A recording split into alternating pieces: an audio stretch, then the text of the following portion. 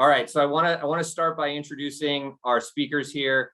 We've got Yurii V, who's the head of business growth at Woodpecker. Yurii has joined us on previous events and is an expert in many aspects of the sales process and lead gen, and particularly representing Woodpecker, which specializes in cold outreach and deliverability. Welcome, Yurii. Happy to have you here. We also have Scott Sutton. Scott is the VP of Revenue Operations for ZoomInfo, also a Nerdwise partner. From Scott's side, almost everyone knows who ZoomInfo is by now, but they really specialize in business intelligence, data, helping you source that next opportunity or that next contact. And then also with us is James Rores, CEO of Floriss Group. James specializes in sales effectiveness, leadership training, all kinds of different elements to help sales teams perform at their highest levels. So welcome, Yurii, Scott, James, and I want to just kick off the conversation here. If you guys want to add anything to your intro, please do. But I want to also start with a question, which is, when did you first notice this emergence of a sales stack? So like when I was getting started in my career, we had a CRM, and that was about it, especially as it related to the salespeople and the tools that they used every day. And like maybe sure, marketing was starting to get involved in some other types of technologies. But why don't we just go around the same order I introduced you guys? We'll go Yurii, Scott, and James. And kind of, if you want to add anything to your intro, please do. And I'd love to know, when did you first notice a sales stack? How do you feel about this sort of this term, and that this is becoming normal nowadays for us to have all of these tools? And do you like the name sales stack, or what would you call it? What do you think it is that we're here to talk about today if it's not a sales stack? So Yurii, if you want to go first, and then we'll bounce around.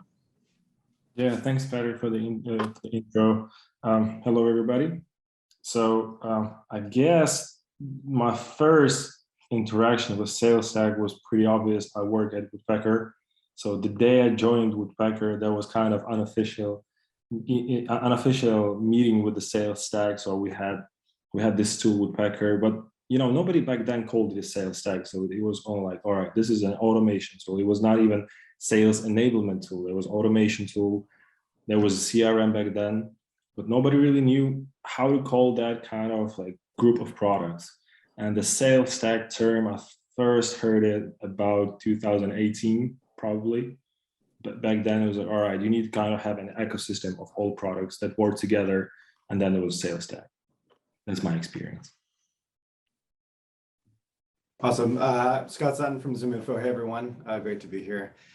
I think on the sales stack side, I think as Patrick mentioned, we started with CRM and having that container with which to put data, and started to find the parts where CRM broke down a bit. And there were point solutions that then kind of came to be and came to arise. We need to send emails in a more automated way. We need to have better ways to manage and organize our prospects. We needed to have video conferencing tools and conversational intelligence. And I think it's out of the abundance of those different point cases that we were trying to solve that this kind of ecosystem emerged. And to me, the biggest flip of being a set of point solutions to a stack is when we started to ask those companies to integrate with one another and to have more of a holistic ecosystem. And I come from automotive in my background, so thinking about like a factory floor, if I have a suite of tools set to accomplish a larger goal, that's when I think it becomes that kind of more of a stack or a solution set trying to solve the overall problem in a highly coordinated way. Nice definition there at the tail end. That's well summed up. James Rores, what do you got? It's hard to follow these two guys. Great stuff. I think, when we think about our business, just to add on to our description, because I think it's useful, we help CEOs accelerate year-over-year growth rates before hiring their next salesperson. So the idea for us is, how do we optimize the efficiency of the sales organization before we begin to scale it? Tech, unfortunately, has been used as a Band-Aid, right, to solve people problems. And when it's used that way, obviously we have low adoption and we have systems that break down. So the first thing you have to do is solve the people problems, improve your process, optimize execution. And then what you do is bring in tech to improve efficiency. The challenge is when it's brought in just because they're great point solutions, or even when we have this initiative to drive an integrated tech stack to impact sales and growth. So I think it's just, Patrick, I think it's just part of, to Scott's point, it's part of the natural evolution of technology. All these point solutions, right? 1,200 or more point solutions out there in many, many different categories. What do you do with it all? And just because of the amount of money that's going into developing these technologies today, it just makes sense that now we start thinking about, okay, great, what fits together, what works together, what platform should we leverage? And that's probably been happening over the next last 3 to 5 years, but there's a lot more work to do. Well, so I heard that number, 1,200 or so solutions. Like there's thousands, right? Thousands and thousands of these marketing automation, sales enablement, and marketing this tool, or contact management, research. There's so many out there, right? But let's sum it down. Let's make it easy for everybody. Of course, you don't need all of them, and you don't need duplicates of them. But what completes a stack, or what goes in that stack? What goes in that assembly line for sales? I mean, is it just CRM? Is it just automation? Is it just data sources? Like, what are those buckets that we need to have and fill with the right technology, make the right integration, have the right process? What are the kind of components of a sales stack? What are the different pieces that folks need to be thinking about and putting together? And I'll let anyone jump in and take that. I think we've spent a lot of time at ZoomInfo thinking about a framework to kind of wrangle that big question. And so I kind of, I think about it in 3 major parts, with CRM being kind of outside of that. So if I think CRM is a given or a way to document and house data, I'm thinking largely of having kind of an intelligence layer, which is where you store and house your data. So this could be in CRM, it could be other data sources like a CDP system. It could also be like Snowflake and a data lake built on there. I think about data orchestration, and it's intertwining all of these data points together and deriving meaning across all the different tools. And then I think about the final layer, which is engagement. And then there's many different tools that are helping us to use that data to then engage. And I like in it, there's a kind of funny like biomimicry example of saying like the most basic need is to like have knowledge, and then to understand what to do with it, and then to take action with it. And that's kind of how we've evolved over time and how we adapt to different situations. So if we have that stack laid out in that framework, we can process and then do something with it. That's great stuff.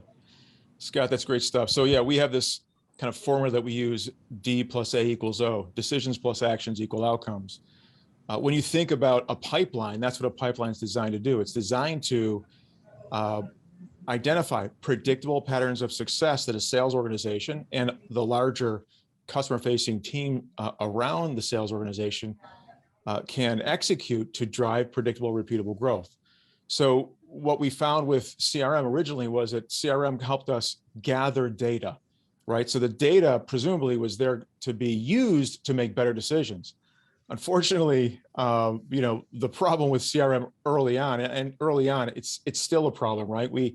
Statistically, we recognize that 90+% of organizations over 11 employees have CRM, but we also know that only about 8% of salespeople execute a consistent sales process, meaning their CRM is not helping them make the decisions they need to execute a predictable, repeatable sales process. So what do? They just make it up as they go. How do we know? Because we recognize the lack of a process when we look at proposal-ready deals. So we see that CRM's collecting data. We also see that the way that it's implemented is not helping folks make decisions that are predictable and repeatable. Therefore, the actions they take, just expand the challenge of the problem. So I think, Scott, your point is great. We still have a lot of work to do on the data collection and decision-making front. I think where the sales stack has really taken off is how do we execute those rote or highly laborious exercises in a more efficient and effective way, much like Nerdwise, for example, helps us do by outsourcing, list development, list research, et cetera. By doing that, I can add 10 to 20 hours a week to my schedule. A lot of that work now is automated, and now I can go to war much more efficiently, effectively, and I can double, triple, or more my effectiveness. So I think we're seeing a lot of growth on the activation side. Same thing with ZoomInfo, same thing with Woodpecker. How do we execute more efficiently, effectively? We're still challenged with that data collection, decision-making component of the sales process. Yeah, and I like to think about the sales stack in terms of where you are. So in what financial position that your company is right now. So for different companies, definition of sales stack could be really different. Kind of like Scott had a great point at the beginning where he said there are like different building blocks. They're like the basis of all of those great areas. And then you kind of add on top of that. And also James mentioned a really good point that it's all about the execution. So for the company that's only starting, the sales stack could consist of just like spreadsheets, any kind of cheapest automation tool, and the cheapest lead source, like gatherer or provider. And if you want to take it on like another level, you can have a way better CRM system, way better engagement tool, really good leads like ZoomInfo, some kind of SMS, voice notes, automation, any kind of tool that you think of that could augment you. But it all depends on where you are right now and what you really do with it. Because you can all that work could be done manually, and the tech is there to kind of help you be more effective, but not to be more lazy, because that's the situation that I see often, that the more tech people get, the lazier their SDRs, BDRs become. And that's also like the thing to think about. So I think you make a really good point around the size and shape of the organization, because, if you don't have more than 10 clients yet, you probably don't have a massive pipeline. You may not have the most, although I shouldn't say you wouldn't have the need for a CRM or the need for certain things, but it's not at the same degree as when you've got a 10-person sales team that is, going to market and needs to have a lot of resources and technologies there that are, and processes in place and things that are already up and running to help them get to that level. But let's go maybe on two ends of the spectrum here. So first is, let's say you're getting started, right? You've maybe getting started can mean you've got a CRM that you're like, I don't know what we're doing with it, but we have one, we've signed up for HubSpot, or that you're doing a little bit of outbound using Woodpecker, or that you're thinking about, picking up ZoomInfo so you can more quickly identify and do outreach and whatever the case is. But you're right at that stage where you're looking to start to make an investment, both in terms of time, resources, budget, into your sales operations, into your sales stack. Where do you get started? Is it with a tool? Is it with one of the many processes that we all know we use in our sales process, outbound, pipeline management, opportunity management, whatever it may be? Where do you get started? What's the first thing? And then I would also just say, if you want to add to that, like, has anybody seen the sort of ideal situation where you're like, this, you need to have, if you really want to be firing on all cylinders, you got this, and that's like the most, badass sales stack you can have to like run your operation. But give me a sense of when you get started, where would you get started? Again, maybe you've got some tools, maybe you're using them a little bit, any size organization, maybe, smaller size, but where do you look first in terms of developing this practice, and what part of the sales process and what type of technologies supporting them? Like where does your head go? I actually lean back on something James said, which I thought was really powerful, which it comes back down to the people and the process. And so a lot of people, ask, how do you scale up an org? And from a RevOps perspective, how do I build out a company from the ground floor? And I think that scalability, the size and scope, it necessitates different things at different time. And when I talk about that evolution, I say stage one is everyone's an AE, everyone's an SDR. People are hitting the phones, people are trying to find ideal market fit. They're trying to define their initial process. And so I think a much lighter weight stack is great at that time, because you're really trying to do this exploration, and it's not about scalability, it's more about discovery of who our client is. And then I think once you start to build out dedicated SDR motions, there's an efficiency level of having tools like automation for engagement and email, having dialers that log calls and give you insights around call activity. And then once you start hitting the phones, that conversational intelligence piece comes in and starting to derive more, coaching your reps and growing their abilities and training and coaching them. And then I think you get into the richer, deeper engagement. I think about, Yurii mentioned SMS and like, I think about things like Vidyard or Loom and video selling. There's ways to enhance that. But if you don't have that core process, you don't have product market fit, you don't understand your target market and your persona, you're going to be blasting the world with noise and not using that initial phase to really seek to understand who your target is and how to sell to them well before you turn the dial up.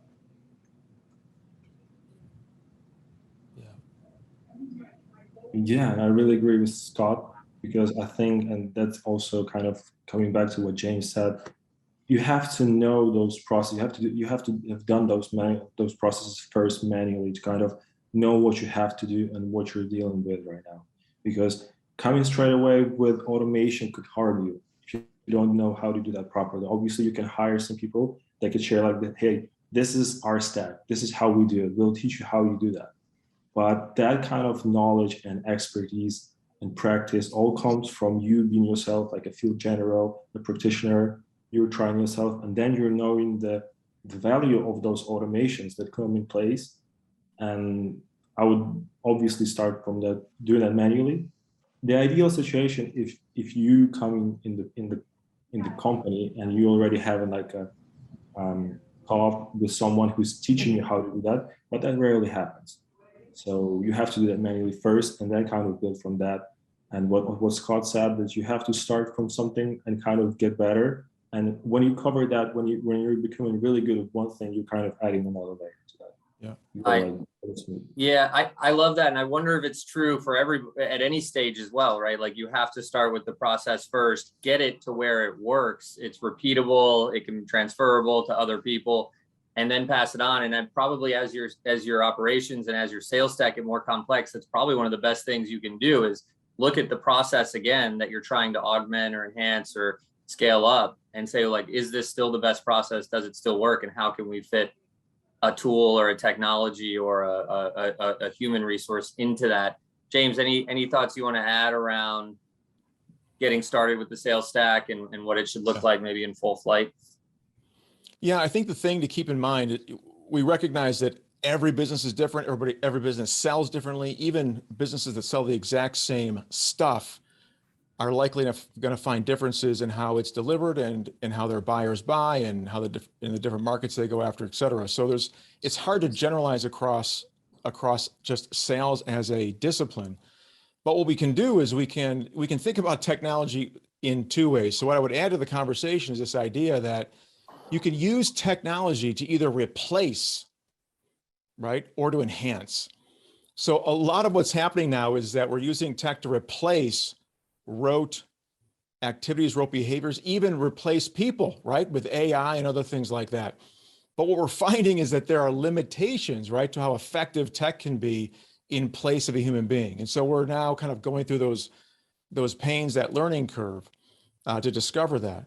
But what we're seeing is that now salespeople are recognizing the commoditization of those more simplified or basic sales activities through the use of technology. And so they're elevating, they're looking to raise their skills to become more effective as enterprise execs or, folks that live closer to the close. And so we can look at technology there now in terms of how it can enhance a skilled practitioner. And so back to something Yurii said, this is not about becoming more effective and lazy. It's about becoming more effective on several levels. So we want to empower effective people, which goes back to this idea of looking at the process that we're executing and making sure that we're automating a process that's performing at a very high level. Because after all, if you automate a broken process, all you're doing is failing more efficiently. And by the way, the other thing to think about here with regard to technology is that you don't lower the cost of sale automatically by adding technology, right? Think about a manufacturing plant. When a manufacturing plant brings in tech or brings in the robots, they know exactly down to the millisecond, right? Sub-second, what those robots should be doing and when. Their process is dialed in. Now they're automating it. In sales, right, where we don't even have 90% adoption of CRM, for example, something that's been around for decades, right? Would you accept a 90% adoption rate of your ERP system? I mean, what if all your employees didn't get paid, right? Imagine that. Now imagine 92% of your salespeople not executing a consistent sales process. Add automation to that, and you're actually convincing yourself to add more people, add more inefficient people to your organization, which increases your cost of sale. And as you grow, makes the cost of sale grow. You become less efficient the bigger you get. And so what we want to do is, to the point that we're all making here, is think about how to automate or enable highly effective people in the context of a highly predictive sales process. So as you add people and as you add technology, you can actually decrease the cost of sale. So you said one thing in there that I think is critical, it's around, that it's something around performance and that it's performing at the level that it should and that kind of thing. I often will tell clients, and I mean this when I say it, of course I've got some knowledge behind it, so I know where the conversation is going, but I'll often tell them, I am technology agnostic. I don't care what tools we use. I have requirements for how they perform. And so we had clients who wanted us to try doing their cold outreach with their Zoho CRM. The open rates were like, 10, 15% using the same content and the same sort of approach and methodology. So we moved to Woodpecker, right? And I actually got nothing against Zoho CRM. It just did not perform like a tool that we rely on for deliverability. But it could be, the next Woodpecker that comes along that does a better job, or Woodpecker continues to develop. Like, I actually don't care so much what the technology is. What I care about is a couple other things, similar to my prospect list. I actually don't care where the list comes from. I just want a comprehensive, high quality prospect list. I want the data to be accurate and complete. And so, of course, I know that there's great resources for that we can provide, and ZoomInfo and these other things that can help us solve that problem. But when it comes to that, so if you're thinking about, and so one, am I fair in saying that, we don't care what the technology is, we just need it to perform at a certain level? And then if that's the case, like, what does that performance of the sales stack look like? And we know that it goes towards process. Process is built to drive KPIs for salespeople, or certain metrics that equal, meetings, opportunities, and clients. So what are those KPIs that we're trying to drive with the sales stack? Is it all about sales outreach? Is it all about, creating efficiency for these guys? Are we just making salespeople lazy? What are those KPIs that we're looking to drive? How do we know if our sales stack is working? And also, like, is it fair to say that we don't really care where it comes from? We just need it to meet certain requirements? Because the next kind of question I'm going to is, there's all the all-in-ones. There's these tools that specialize, there's the all-in-one, there's all these things. So it's not easy to make these types of decisions. So to help people make decisions, what are some of those metrics that we're trying to really drive? Maybe you even have to call out the tool, and then, where do you go from there in terms of start choosing the tool and measuring it and knowing that it's working at the way that it needs to? And I'll pass the mic to anybody. And then again, for those of you listening, if you have questions, stop, let us know.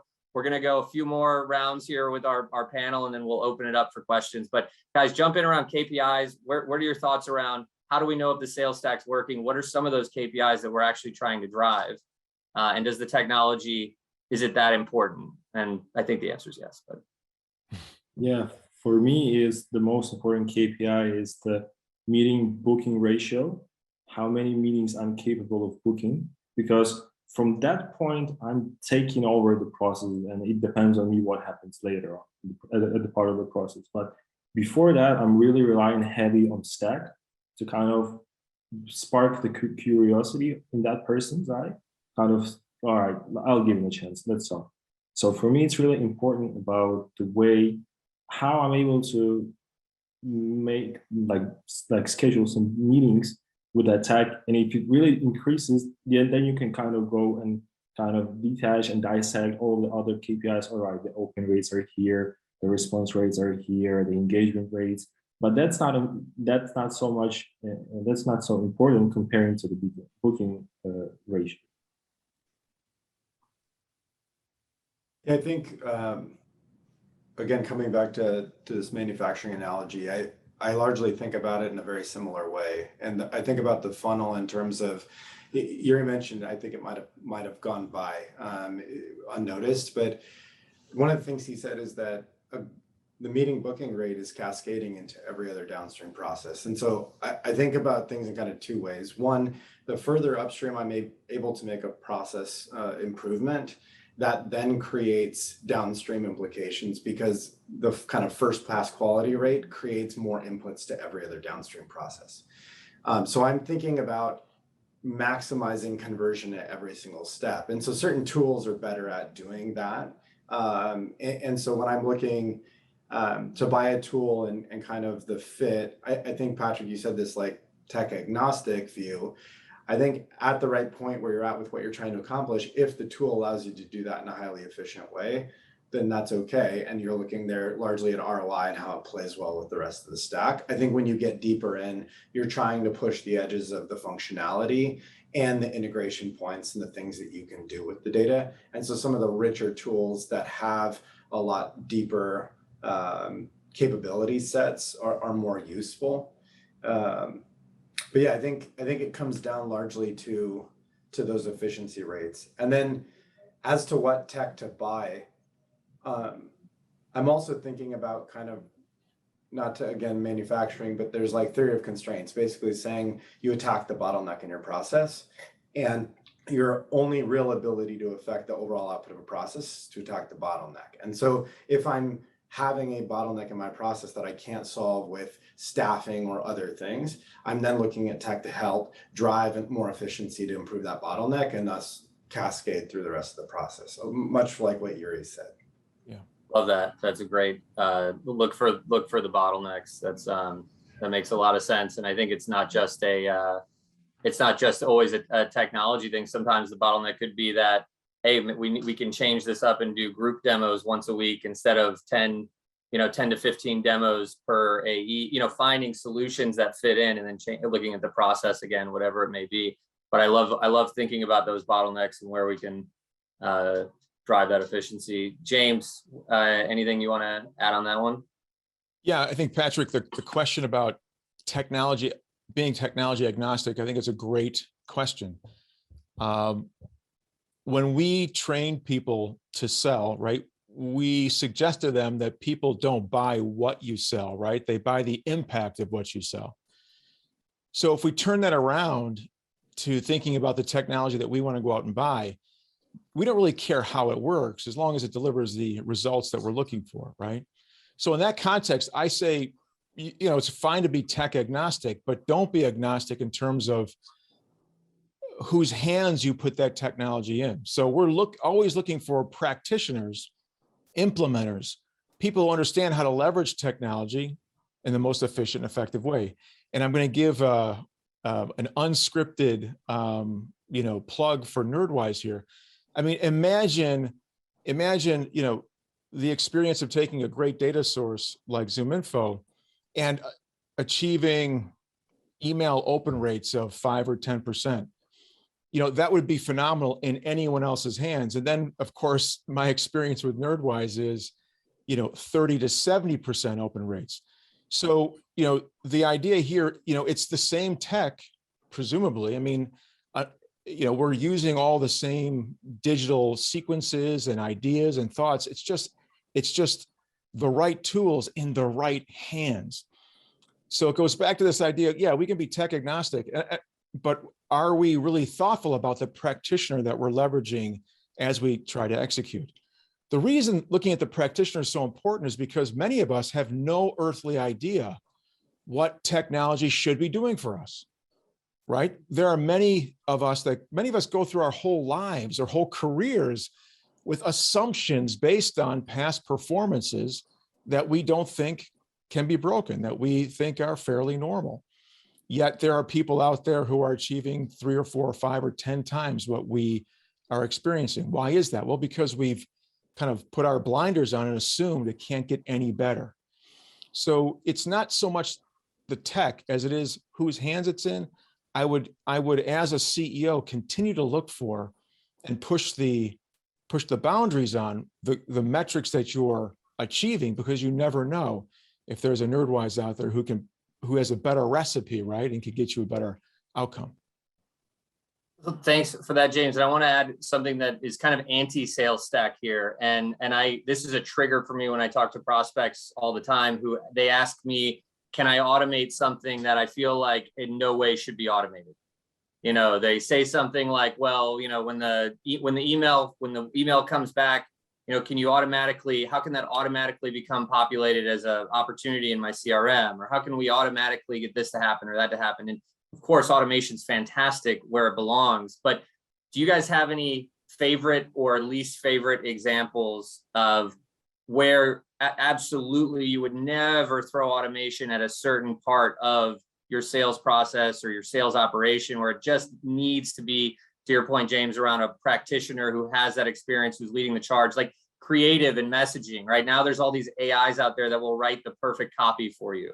I would never let an AI write my copy, right? I mean, maybe 20, 30 years from now or something, it'll change my mind. But where do you have any favorite areas where like automation maybe has tickled you, or it's like, wow, that was incredible that we automated that? But also I'm really interested in, where are the areas where you're like, absolutely not, you're not putting technology on that, you're not putting automation on that, that is too high value, too personal, to this, that, or the other thing? Like, where does automation not go?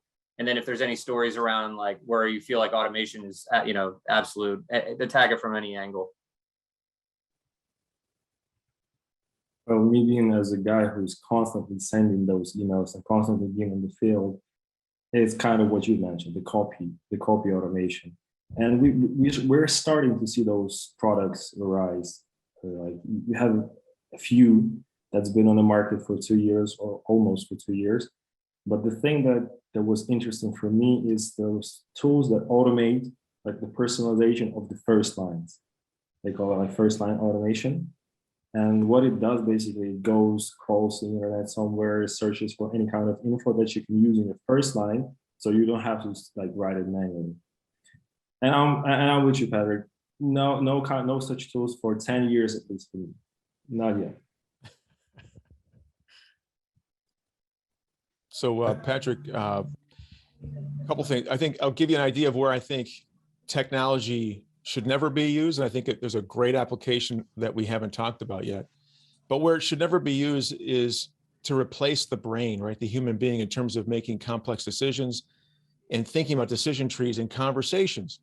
So yes, we can leverage technology for call center actions or service actions that have very specific decision trees that aren't going to, or we don't want to allow the customer or the buyer to influence.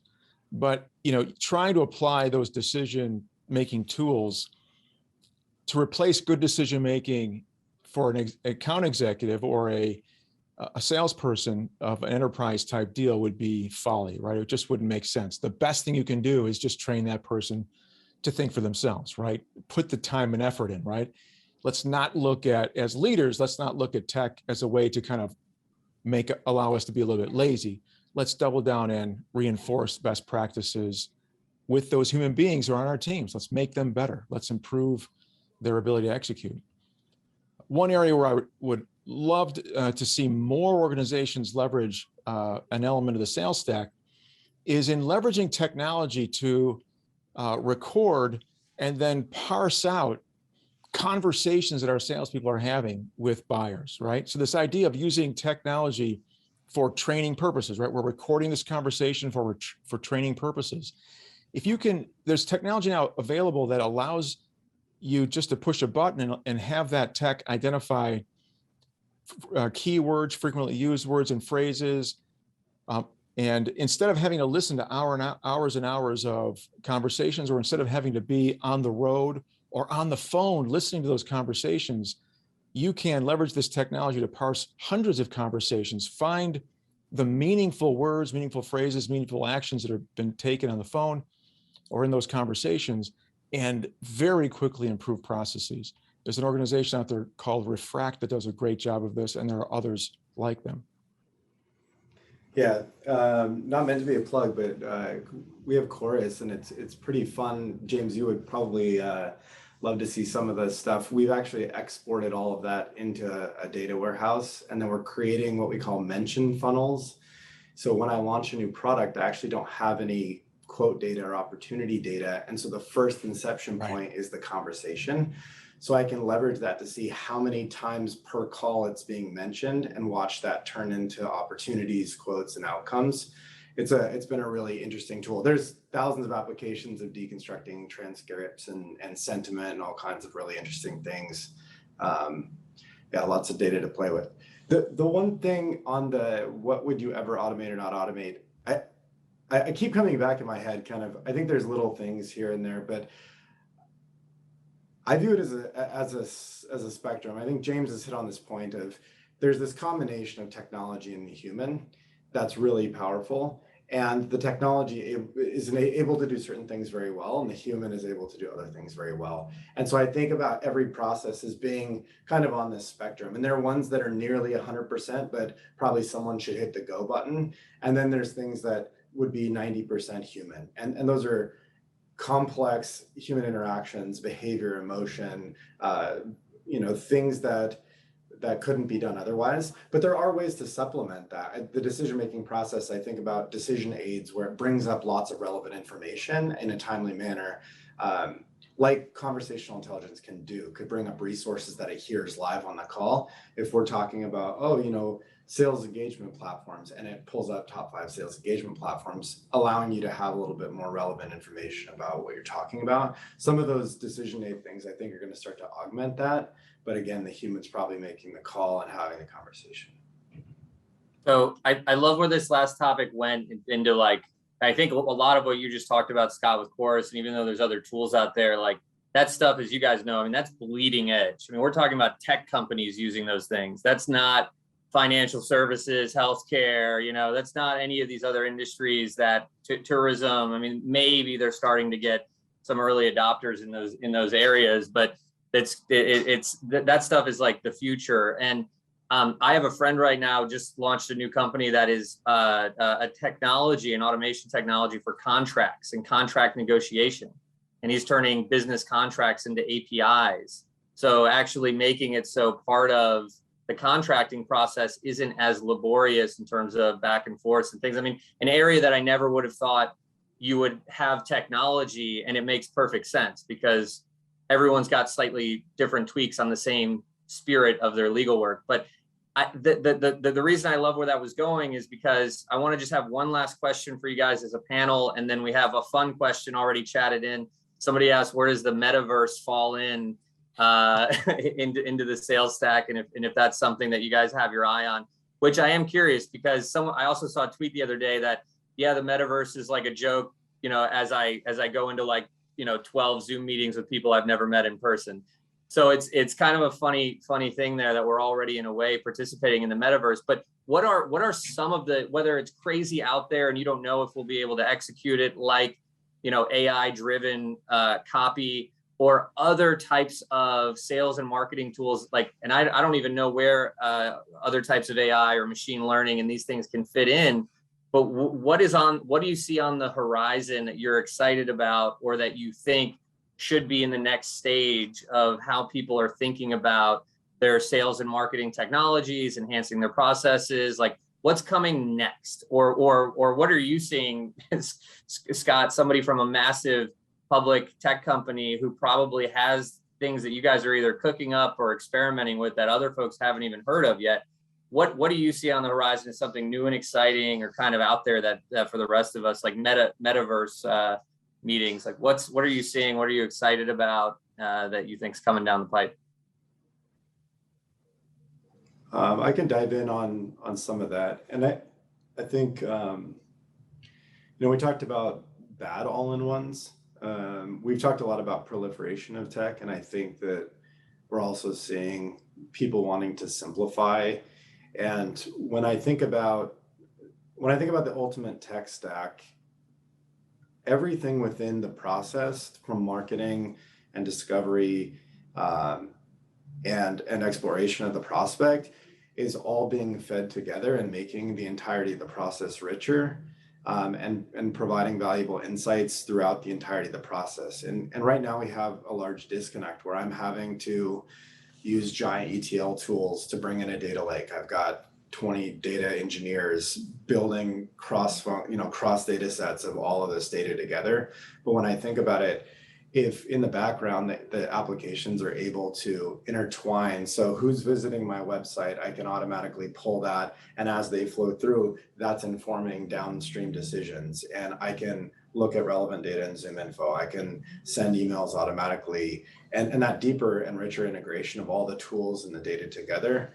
I think that's where it gets really, really compelling. And then automating workflows within that to drive outcomes. So someone visits my website, I automatically launch them into a nurture. I'm automatically displaying targeted ads to them. And as they enter my funnel, I'm using automation to help get them booked on a meeting. I'm sending them relevant content based on those previous interactions and what I know they're searching for based on the content of all the interaction points, sending them bespoke use cases as we go through the funnel and helping to accelerate it. I'm giving next best actions to the seller all the way. I'm sensing pain points and progression, slowing, speeding up. And then as I go, it'd be amazing to like get automated quotes based on the products you discussed pre-seeded that you could then tweak up and down. There's so much that you could do with all the data. So it's just some ideas, but I think it's the deep integration and richness of automation workflows in the sales process. I love that around things that simplify and bring it together. I have a cousin who sells cars, and he said they have a software that takes into account and this is perfect for the automotive industry, but I'm sure it applies to others, but it takes into account how much that person is paying for their lease or their car, and against if they were to go and buy this or that, and that it arms salespeople to do outreach on people who they can actually call them and make a really valuable offer around, hey, I know you purchased this, Audi 2 years ago and you're paying this much a month and your lease comes up, if you wanted, and they're just armed with the data that helps them go out and offer that value. But so I love that. Yurii, James, what do you guys see that you're excited about that you think is kind of the next version of this, the web 3.0 of the sales stack, so to speak? What are you guys excited about? What do you see coming? Man, it's tough to follow up after Scott. You mentioned so many brilliant ideas. It's really exciting to have all of those things working a little bit better, because we already have some kind of automation with finding people who are visiting your website. We already have some kind of form of automation with chats, auto engagement. But what really fascinates me is having like ecosystem where I can really understand what the tools or the problems are. I'm talking about from the perspective of the person who sends those outreach, like cold emails. I really want to understand if I'm being relevant to that person. So if there would be a tag that could give me to understand, all right, this is the tools that probably have been used in this and that moment. These are the problems that the company is probably facing right now, because if you are reaching out to the companies who are public, okay, you can go and find some K2 reports, K10, like check everything over there and have some idea. But if we are talking about the smaller companies, it's for you to set that hypothesis and test it.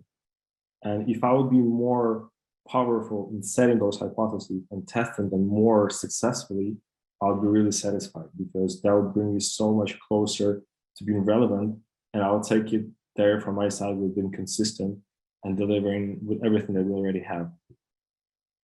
Yeah. Patrick, it's a tough question.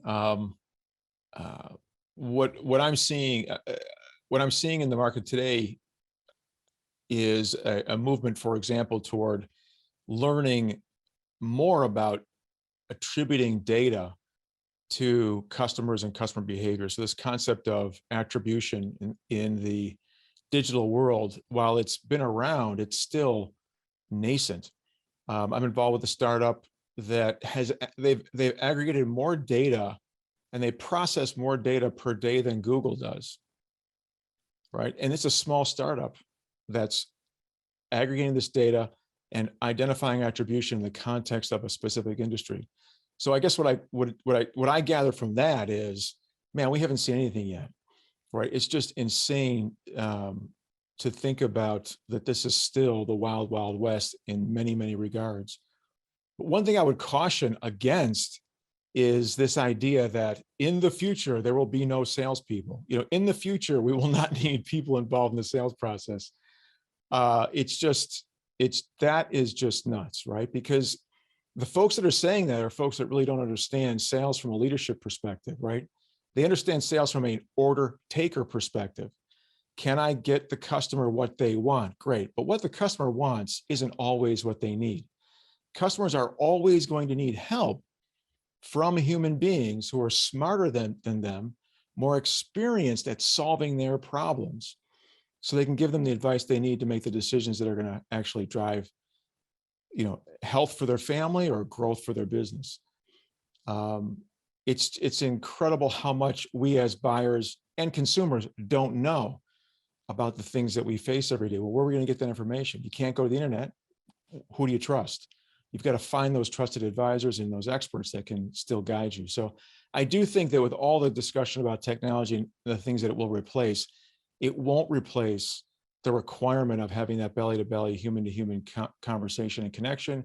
And it won't replace the human brain's ability to take experiences, take data, and aggregate them, collect them, process them in such ways that make us much smarter than a machine that we know today anyway could possibly be in terms of solving the problems that our customers have.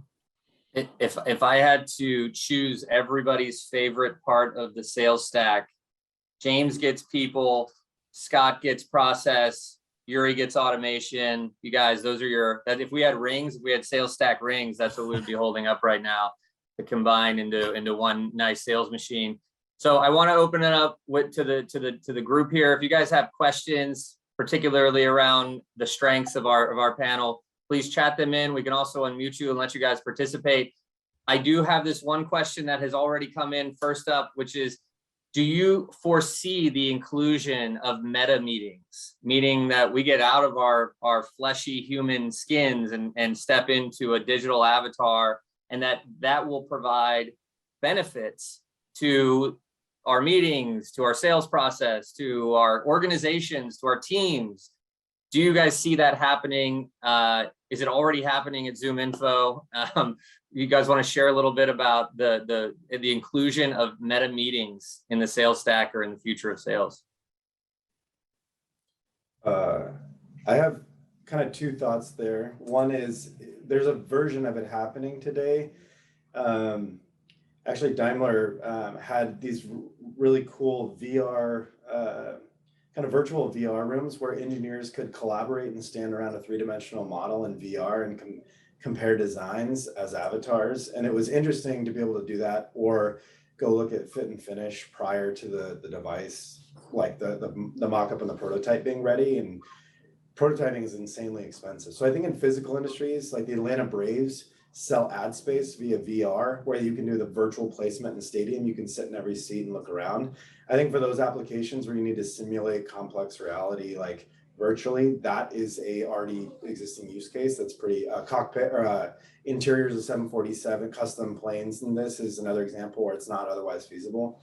I think in the future, like the form factor is the biggest issue. You don't want a giant headset. And so I think getting something that looks reasonable for an AR headset that's not just giant goggles with a head strap and a cord and everything could allow that, but we're 5 to 10 years from having a form factor that feels reasonable. Like Magic Leap still looks like you're wearing a giant headset and it's prohibitively expensive. So I don't know the answer. That's my best guess though. Yeah, the headset is an interesting point to make, because I've tried VR. It's too immersive. Like I need a drink of water. I need to see out the window, right? I need to get a break every couple of minutes just mentally. I mean, when you're fully plugged in there, you're in, and that's not, feel like it's not healthy after a period of time. Like I need to be able to stretch and like do some self-care. Yurii, Yurii James, the metaverse for sales. Do you see it happening? Are we there already? I love the idea in the context of enhancing demonstrations and saving people from having to travel on location, simulations, just spectacular. And there's a lot you can do without that headset. But to your point about, I need water, right? At a certain level, buyers make decisions that have to exist in reality, not virtual reality. So, there is having an avatar that I create that looks like the version of me that I want to present to the world. And it's great for entertainment purposes and just to relax and have fun. But inadvertently, I'm telling you that I don't want to show you who I am. How does that help me build trust? How does that help me build rapport? And if I'm talking with somebody who has the same thing, how do I understand them to the level that I can really help them? So I think virtual reality. Metaverse. It's your metaverse rating. You'll have a rating. We'll all rate you. When it bumps, when virtual reality bumps into reality, dude, we're gonna have reality is gonna win. I think we've experienced that just in the last 2 years of the pandemic, right? We're all dying for human interaction beyond the screen. Yurii, what do you think? I really am kind of a little bit scared for the tech side because the physical products, demonstrations, simulations, top notch, fine. That's like a solution to so many problems. But I'm kind of taking back to what you said, Patrick. You don't want to have the person that you're talking to feeling uncomfortable. And it's not because of the work that I'm doing. I'm doing my best with my outreach, getting that person on the meeting. And then for some reason, after 10 meetings, that person does not feel well because she's been like too much in VR. But I'm just like hustling hard, trying to make sure that I'm being relevant, presenting all the interesting information. And all of a sudden the deal breaks just because of the physical uncomfortableness of that person. And you see, I don't want to have that kind of stuff get in my way, but I really see it for the physical products, but we have to make it consider that all those things that we're doing in real life are also transferred into that VR experience, because there are a lot of things that we can just, there are things that I just don't want to think of the reasons why my meeting didn't went well. And that kind of physical uncomfortableness is definitely the biggest no-no for me. Yeah, it feels like it's at least a few years away for most of us before that applies. But there's early movers, man. I've seen the real estate agents launching their metaverse meeting rooms, and I've seen it in a few other areas. And so folks they're experimenting. They're dipping their toes in the water, and the metaverse seems like it's here to stay, even if it's going to be a long time before we figure it out. Guys, I just want to say thanks to Scott, James, Yurii for your time today, answering these questions, talking through the sales stack, which I think is a really confusing and overwhelming term for a lot of people. We summarized it down to people, process, some automation, and I think process first, regardless of your stage, and keeping an eye on that process, that you're getting the efficiencies, that you're hitting those performance metrics that ultimately, whether it's efficiency, whether it's your meeting count, or whatever metrics are driving that growth for you, that the stack is performing. So I want to thank everyone. If you have questions, please feel free to reach out to these guys through LinkedIn or directly to us at Nerdwise. Great conversation, guys. Thanks for coming. Thanks for participating. Yeah, thanks. That was awesome. Take care, everybody. Thank you. Cheers, guys.